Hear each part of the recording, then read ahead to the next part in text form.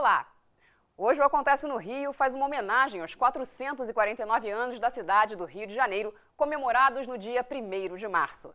Nossa primeira reportagem mostra que a história do Rio pode ser contada pelas estátuas que enfeitam nossas ruas. Em janeiro de 1502, navegadores portugueses avistaram a Baía de Guanabara e pensaram que se tratava de um grande rio, por isso, Rio de Janeiro.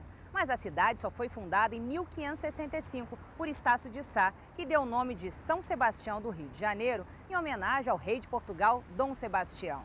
O objetivo, na verdade, era afastar os franceses que já estavam na área há uns 10 anos. Como fundador da cidade, Estácio de Sá tem seu monumento. Devido às guerras napoleônicas na Europa, a família real portuguesa veio para o Rio em 1808. A entrada foi aqui, na atual Praça 15. O príncipe regente Dom João VI foi coroado rei do Reino Unido do Brasil, Portugal e Algarves, um fato que mudou os rumos da nação brasileira e da história da cidade. Em 7 de setembro de 1822, Dom Pedro I proclama a independência do Brasil e se torna o imperador do país, que entra no período do Brasil Império.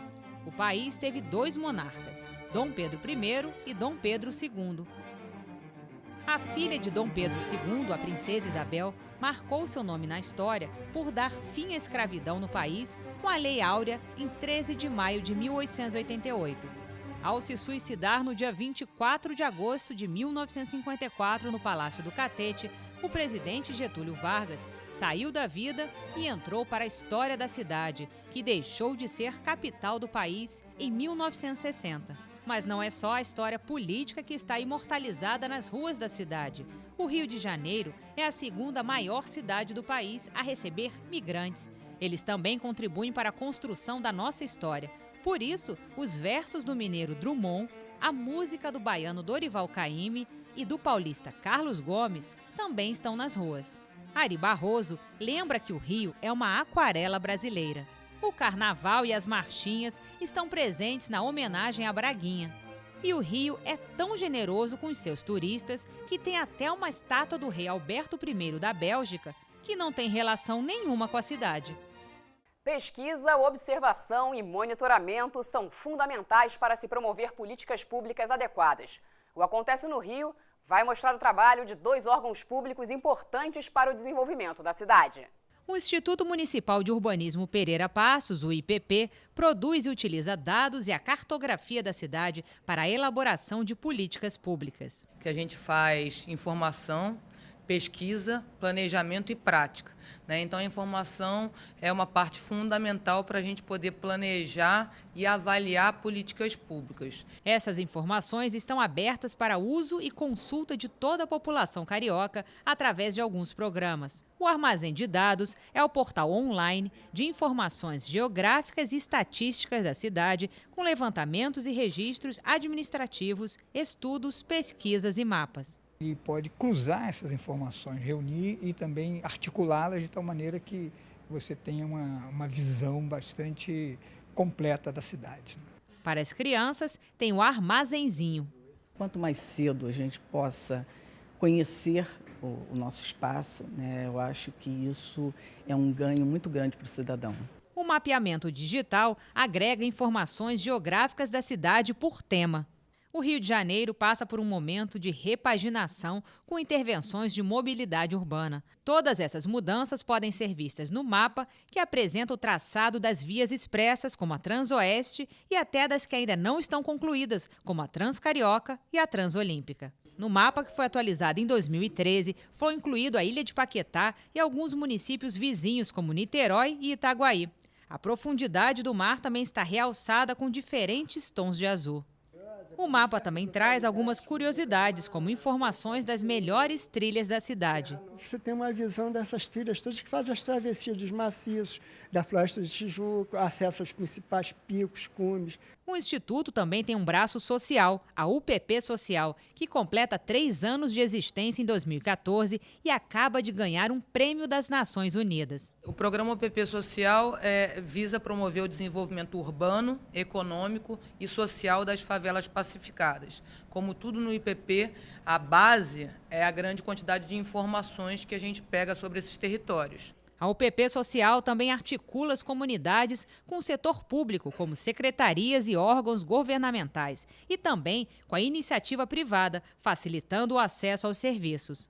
Se o Instituto Pereira Passos monitora a cidade regularmente, o Centro de Operações da Prefeitura e o Centro Integrado de Comando e Controle do Estado realizam um monitoramento diário e em tempo real do Rio de Janeiro. São mais de 1.000 câmeras ligadas 24 horas durante 7 dias por semana. É a tecnologia que monitora o dia a dia do Estado e cruza informações que ajudam a organizar os grandes eventos. A Copa das Confederações e a Jornada Mundial da Juventude já passaram pelos testes. O próximo desafio é a Copa do Mundo. Ano que vem, o Rio completa 450 anos e os preparativos para comemorar esta importante data já começaram. Numa entrevista que você confere agora no Acontece no Rio, vamos falar das atrações reservadas para esta grande festa.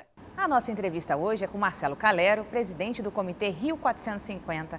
Marcelo, agora que falta um ano para a comemoração dos 450 anos da cidade, como estão os preparativos? Em primeiro lugar, a gente definiu que o calendário comemorativo teria duração de 14 meses.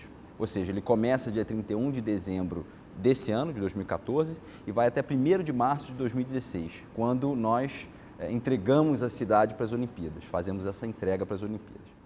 Nesses 14 meses, a gente quer que a cidade celebre o fato de que é uma joia, né? É um presente para todos os cariocas e para todos aqueles que nos visitam. Então, nós desafiamos os cariocas a nos dizerem como essas comemorações deveriam acontecer. E aí, esse projeto foi um grande sucesso.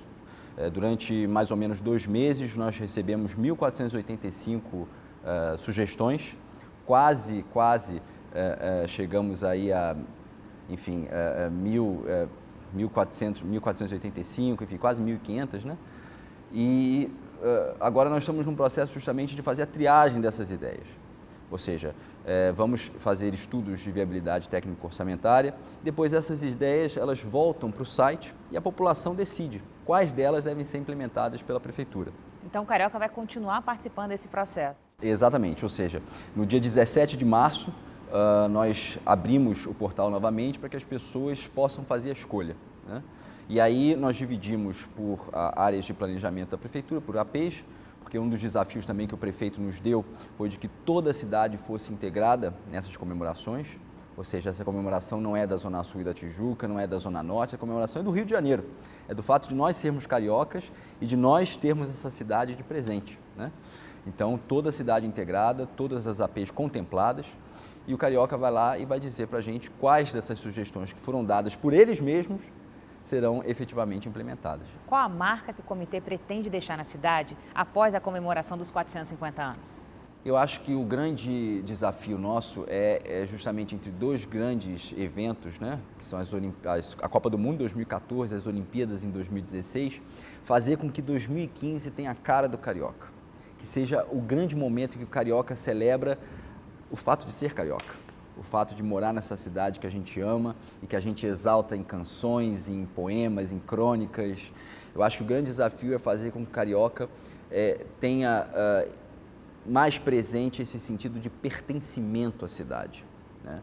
Não à toa a gente vai trabalhar muito com os símbolos da cidade, e aí eu já deixo aqui para você enfim, já digo para você um pouco da nossa linha também de atuação, mas o fato é que esse sentido de pertencimento é algo que nós vamos querer trabalhar com bastante força.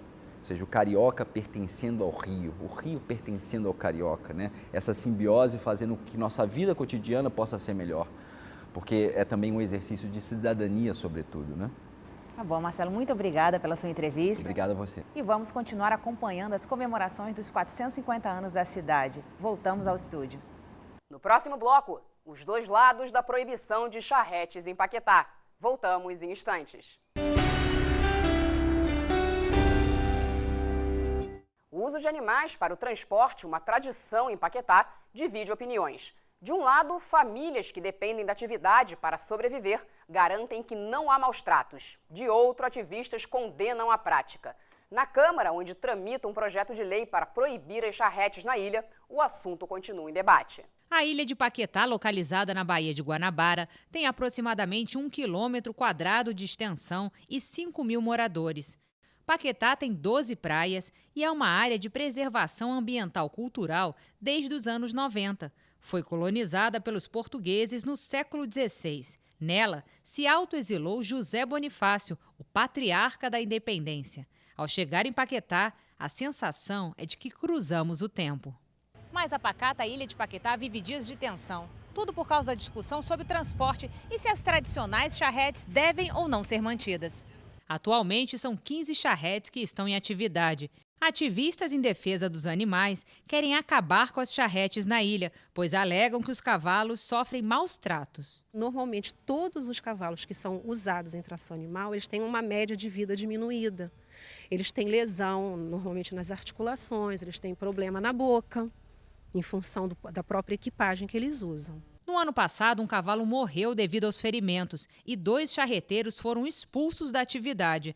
Os vereadores João Ricardo e Eliseu Kessler apresentaram um projeto de lei que proíbe o uso de veículos de tração animal em Paquetá. Eu acho que, num primeiro momento, toda mudança ela é controversa, mas aos pouquinhos eu acho que todos vão se beneficiar. Inclusive a imagem da nossa cidade, que também não pode ser maculada por episódios que vêm se repetindo ao longo dos anos. A vereadora Laura Carneiro é contra a extinção da atividade. São 20 mil pessoas todo domingo que vão à ilha para andar de charrete, para andar de bicicleta, para passear, para tentar um pouco nadar quando é possível, né? A gente sabe também que tem essa dificuldade. E aí a gente tem que dar... Bom, não vamos ter mais um elemento desse turismo. Quer dizer, esse é o objetivo, né, de alguns. Se você der condições para aquela ilha ter outra chance de sobrevivência. Se você der para aquelas famílias uma alternativa. Você não pode simplesmente, vamos acabar com tudo. Porque você está desfazendo o conteúdo turístico e urbano daquela área. Então, você tem que dar uma pensada nisso. Agora, enquanto você pensa, você não pode maltratar o cavalo. Então, é por isso que, ao mesmo tempo que você faz isso, você tem que pensar na questão emergencial, qual seja o número de cavalos que estão sendo carregados e a condição com que esses cavalos estão sendo alojados, no caso, as baias. E criar consciência na ilha, criar consciência com os charreteiros de que aquele animal, além de ser o seu sustento, é o seu parceiro.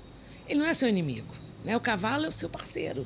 É como se fosse parte da vida dele. Se ele não tratar bem o cavalo, ele provavelmente não vai ter atividade. Senhor Wilson trabalha há 56 anos como charreteiro.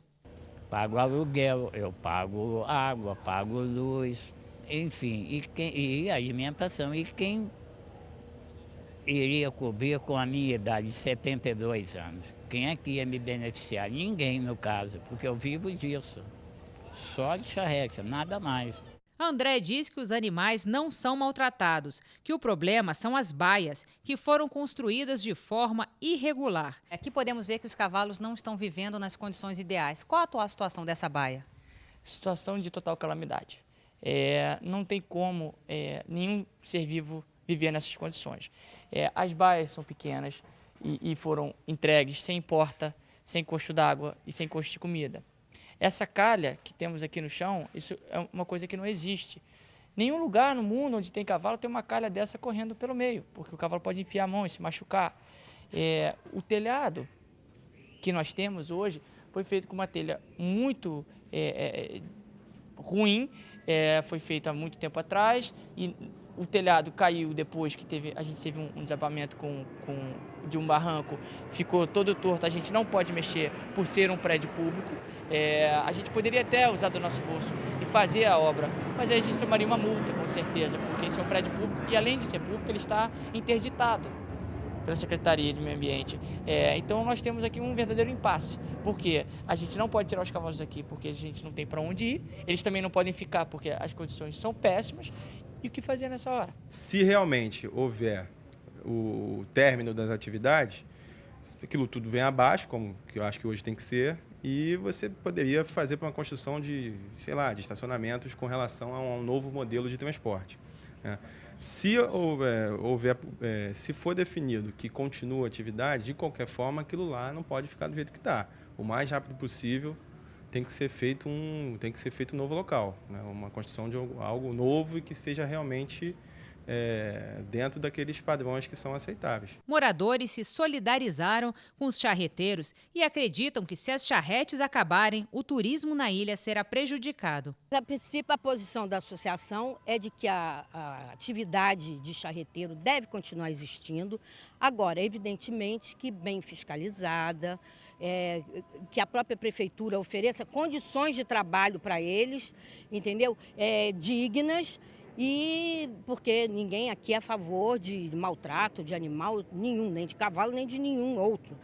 Mas nós somos a favor de que a atividade continue. O importante de Paquetá é esse passeio de charrete, que é um passeio tradicional de mais de 200 anos. O turista, a charrete é mundialmente conhecida. E o turista, quando desembarca, vem direto ao nosso ponto, que é aqui na Estação da Barca. Existem, sim, soluções bem atraentes em relação a esse problema, e inclusive com triciclos. Você tem algumas alternativas de transporte na ilha. Uma delas é a questão da charrete, que não é uma alternativa de transporte, e sim uma alternativa de lazer, de turismo, e o ecotáxi, que já é uma realidade da ilha, mas que não existe nenhum tipo de regulamentação. Nós pedimos a regulamentação no projeto de lei, regulamentamos a existência do ecotáxi, que é aquele que eu chamo de tuk-tuk, né, que tem em vários países do mundo, que é a bicicleta que move um carrinho atrás. E a partir disso a gente vai ter na ilha um meio de transporte regularizado, além do que já é a charrete hoje. Como é que você vai tirar a propriedade das pessoas e levar isso para fora? Vai roubar? O poder público vai levar embora isso sem pagar nada? Eles compraram esses cavalos, fizeram as charretes, é dinheiro, é investimento. O que você faz com o animal? Você simplesmente confisca e a pessoa que se dane? O Acontece no Rio fica por aqui. Você pode rever este e outros programas no site da Câmara. Acesse câmara.rj.gov.br. Até a próxima!